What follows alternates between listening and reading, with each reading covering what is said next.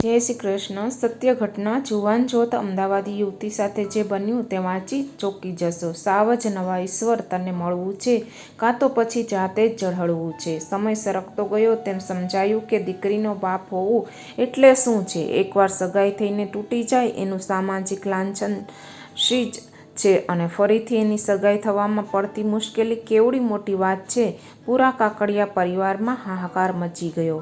જુવાન જોધ નાનો દીકરો અશેષ અચાનક મૃત્યુ પામ્યો. બાઇક ઉપર બેસીને અમદાવાદથી બાવળા જતો હતો. રસ્તામાં જ ટ્રક સાથે ટકરાઈ ગયો. માથું ટ્રકના પૈડા નીચે આવી ગયું અને ટ્રકના પૈડા નીચે આવવાથી ખોપરીનું શ્રીફળની જેમ ખોપરી વધેરાઈ ગઈ. સારવાર આપવાનો ન તો સમય રહ્યો ન સવાલ. પહેલો ફોન 108 નંબરને કરવો પડ્યો. પછી બીજો ફોન 100 નંબરને. હાઈવે ઉપર પેટ્રોલિંગ કરતી પોલીસ વાન સાયરન વગાડતી આવી પહોંચી. લાશને પોસ્ટમોર્ટમ માટે મોકલી દેવામાં આવી અને પોસ્ટમોર્ટમ કરતા ડૉક્ટર મૃતકના અવસાનનું કારણ તલાશી રહ્યા હતા. ત્યારે બહાર જમા થયેલા સ્વજનો અને પરિચિતોની ભીડ કંઈક જુદી જ રીતે પોસ્ટમોર્ટમ કરી રહ્યા હતા. આ બધું સ્પીડનું પરિણામ છે. મેં તો 2 મહિના પહેલાં જ જનકભાઈને કીધું હતું કે તમે અશેષને બાઇક અપાવીને ભયંકર ભૂલ કરી દીધી છે અને આજકાલના જુવાનિયાઓ બાઇક ચલાવતા નથી પણ હવામાં ઉડાડે છે.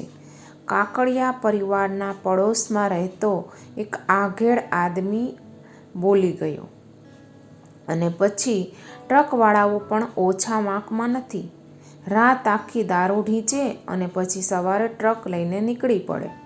એમાં બાપડા જુવાનજોધ માથાઓ વધેરાઈ જાય. બીજાએ બીજો એંગલ બતાવ્યો. પણ જનકભાઈ કાકડિયાના સગા સાઢુએ જે તર્ક રજૂ કર્યો તેણે સૌને ચોંકાવી દીધા. તમને ખબર છે કે આમાં સૌથી મોટો યોગાનુયોગ કેવો સર્જાયો છે? હજુ 2 દિવસ પહેલાં તો જનકભાઈના મોટા દીકરા નિશેષનું એન્ગેજમેન્ટ થયું છે. ત્યાં જ અશેષનું મૃત્યુ થઈ ગયું. પૂરા 48 કલાકમાં જ. બોલો એટલે તમે કહેવા શું માંગો છો? એક ત્રાહિતે પૂછ્યું. એ જ કે અકસ્માત તો એક બહાનું છે. અસલમાં યમરાજ ટ્રકને નિમિત્ત બનાવીને અશેષનું કમોત કરવા. હવે બધાના દિમાગમાં અજવાળું રેલાયું.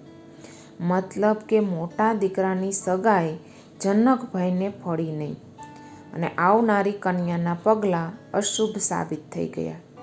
અંદરના રૂમમાં ડૉક્ટરો તબીબી વિજ્ઞાનના સહારે કામ પાર પાડી રહ્યા હતા અને ત્યારે બહાર જામેલી ભીડ અગોચર પારલૌકિક અંધશ્રદ્ધા અને વહેમથી ભરપૂર વાતોનો સહારો લઈ રહી હતી. થોડી જ વારમાં વાત ચારેકોર પ્રસરી ગઈ. સ્મશાનમાં પણ આ જ વાત ચર્ચાતી રહી. જ્ઞાતિમાં, ધંધાદારી સંબંધોમાં, પડોશીઓમાં એક જ તારણ ફરી વળ્યું. જનકભાઈએ ચેતી જવું જોઈએ. મોટા દીકરાની સગાઈ ફોક કરી નાખવી જોઈએ. અને બેસણામાં અને કારજક્રિયામાં પણ આ જ વાત ચારેઓર થતી રહી. અને પછી બધું પતી ગયા પછી જનકભાઈનું ખાનદાન બંધ બારણે મંત્રણા કરવા માટે ગોઠવાઈ ગયું.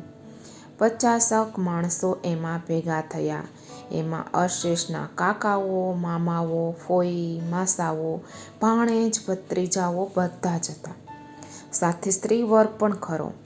ચર્ચાનો એકમાત્ર એજન્ડા આ હતો કે નિશેષના સગપણનું શું કરવું જોઈએ. મંત્રણાના અંતે એક જ સૂર ઉઠ્યો.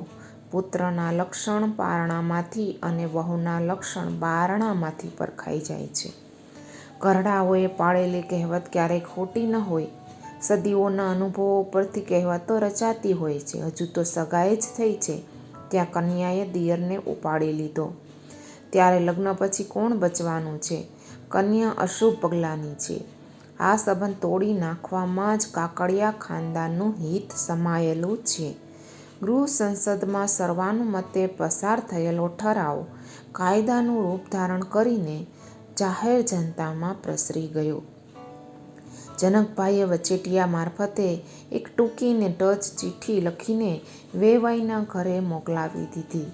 એમાં માત્ર આટલું જ લખ્યું કે અનિવાર્ય કારણોસર અમે અમારા સુપુત્ર ચી નિશેષની તમારી સુપુત્રી ચી શુભદા સાથે કરેલી સગાઈ ફોક થયેલી જાહેર કરીએ છીએ.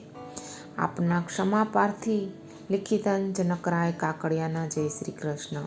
ભલે ચિઠ્ઠીમાં આટલું જ હતું, પણ ચર્ચાના પડીકામાં હતું એ વેવાઈના સાંભળવામાં પહોંચે તો ખરું જ ને. જ્યારે કન્યાના પિતાને સાચી વાતની જાણ થઈ ત્યારે એમણે તો ફૂફાડો મારીને કહી દીધું, એમનો દીકરો મરી ગયો એમાં મારી દીકરીનો દોષ શા માટે કાઢે છે? મને તો લાગે છે કે જનકરાયના દીકરાએ દારૂ પીધેલો હશે. સારું થયું કે સગાઈ તૂટી ગઈ. મારી ભોળી દીકરી આવા અસંસ્કારી પરિવારની વહુ બનતા બચી ગઈ. ધીમે ધીમે સમય સરકતો ગયો તેમ તેમ સમજાતું ગયું કે દીકરીનો બાપ આવું હોવું એટલે શું છે. એકવાર સગાઈ થઈને તૂટી જાય એનું સામાજિક લાંછન શી ચીજ છે અને બીજી જગ્યાએ એની સગાઈ થવામાં પડતી અને નડતી મુશ્કેલી કેવડી મોટી વાત છે. શુભદા માટે અનેક જગ્યાએ કેવડાવી જોયું. છોકરાઓ વાળાઓએ એને જોવા માટે પણ તૈયાર પણ થઈ ગયા, પણ એક તો શુભદાનો દેખાવ એવરેજ હતો. ન એ કામરૂપી હતી ન કુબ્જા. ભારત દેશના સાધારણ વર્ગના સર્વસાધારણ પરિવારની તે સામાન્ય કન્યા હતી. જે મૂર્તિયાઓને પત્નીની જગ્યાએ પરી જોઈતી હતી તે બધા પ્રથમ દર્શને જ પાછા વળી જતા.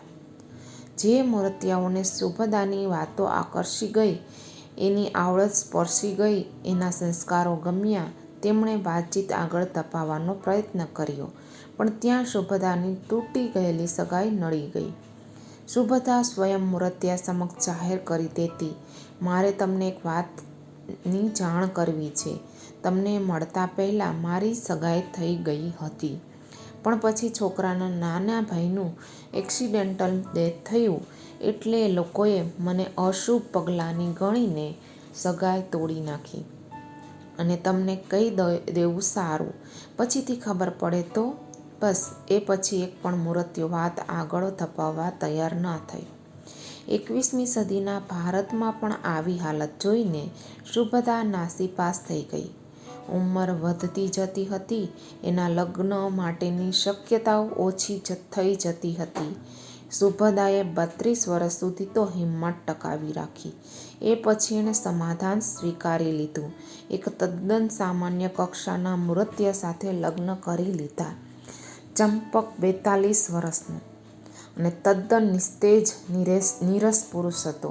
આટલી વય સુધી એ કુંવારો રહી ગયો હતો, કેમકે સાવ નાનું ઘર હતું, મોટી ઉંમરના મા બાપ હતા, ન ગણ્ય પગારની નોકરી હતી, એ પણ ખાનગી. શુભદાએ પૂછ્યું હતું, મારી એકવાર સગાઈ થઈને તૂટી ગઈ છે, તમને વાંધો નથી ને? ચંપકકુમાર હસ્યા હતા, અહીં તો હું પોતે જ તૂટી ગયો છું, વાંધો ક્યાંથી હોય? તમે મારા જીવતરના કપડા ઉપર સાંધો મારી આપો. તમે કેટલું કમાઓ છો? મારું પેટ ભરી શકશો? કોશિશ કરીશ, નહીંતર તમે કમાઈને અમારું પેટ ભરજો. હવે સ્ત્રી પુરુષનો ભેદ ક્યાં રહ્યો છે? ચંપકની ફિલોસોફી જાણીને શુભદાને આનંદ થયો. આઝાદ હિન્દુસ્તાનમાં એવા પહેલા પુરુષને મળી રહી હતી જે સાવ સામાન્ય હતો અને તેમ છતાં સ્ત્રી પુરુષને એક સમાન ગણી રહ્યો હતો. શુભદાએ આ સુપરસોનિક યુગમાં એક બળદગાડું પસંદ કરીને દાંપત્યની સફર શરૂ કરી દીધી. લગ્ન પછી 2-3 મહિને શુભદાએ પડોશણોને ભેગી કરી અને વાત રમતી મૂકી.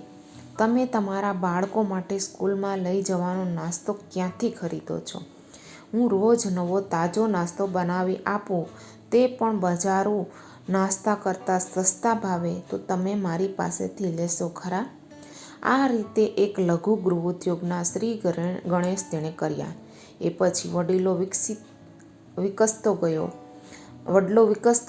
પડોશ સુધી પથરાયેલી ડાળીઓમાં જે વડવાઈઓ ફૂટી તે સુખ શ્રીમંત સોસાયટીઓ સુધી ફેલાઈ ગઈ.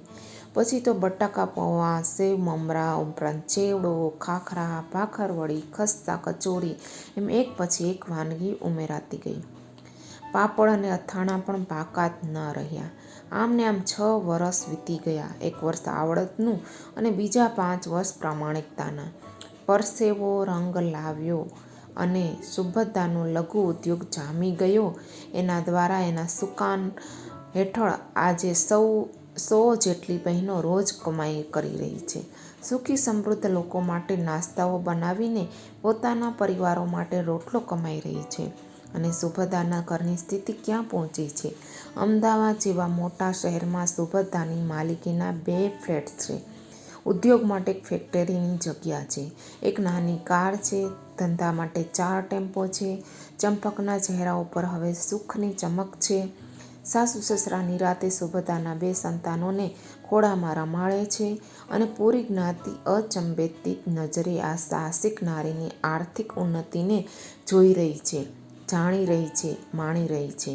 એ માત્ર યોગાનુયોગ હોઈ શકે કે જનકભાઈને કાકડિયાના પરિવારની આર્થિક હાલત કથળી ગઈ છે. સુકાનવંતી જોઈને આણેલી નિઃશેષની વહુ છીનાડ નીકળી. કોઈકની સાથે ભાગી ગઈ. ઓળખીતા પાળખીતા સ્વજનો પરોજનો ટાણે કટાણે આવીને જનકભાઈને ટોણા મારી જાય છે. ભલા માણસ, તમે તો હાથમાં આવેલી લક્ષ્મીને પાછી કાઢી જુઓ છો ને? પેલી સુભદ્રાએ ભૂખડી બારસ જેવા ચંપકને રાજા બનાવી દીધા. તમે આ શુભ અશુભના ચક્કરમાં ક્યાં થઈ પડ્યા? આ એક સત્ય ઘટના છે અને આપણે ક્યારેય બીજાની વાત સાંભળીને આપણા ઘરમાં કંઈ પણ વસ્તુ કરવી ન જોઈએ. કોઈ પણ વસ્તુ કરતાં પહેલાં 100 વાર વિચારવું જોઈએ. વિડીયો ગમ્યો હોય તો સબસ્ક્રાઈબ કરી દેજો.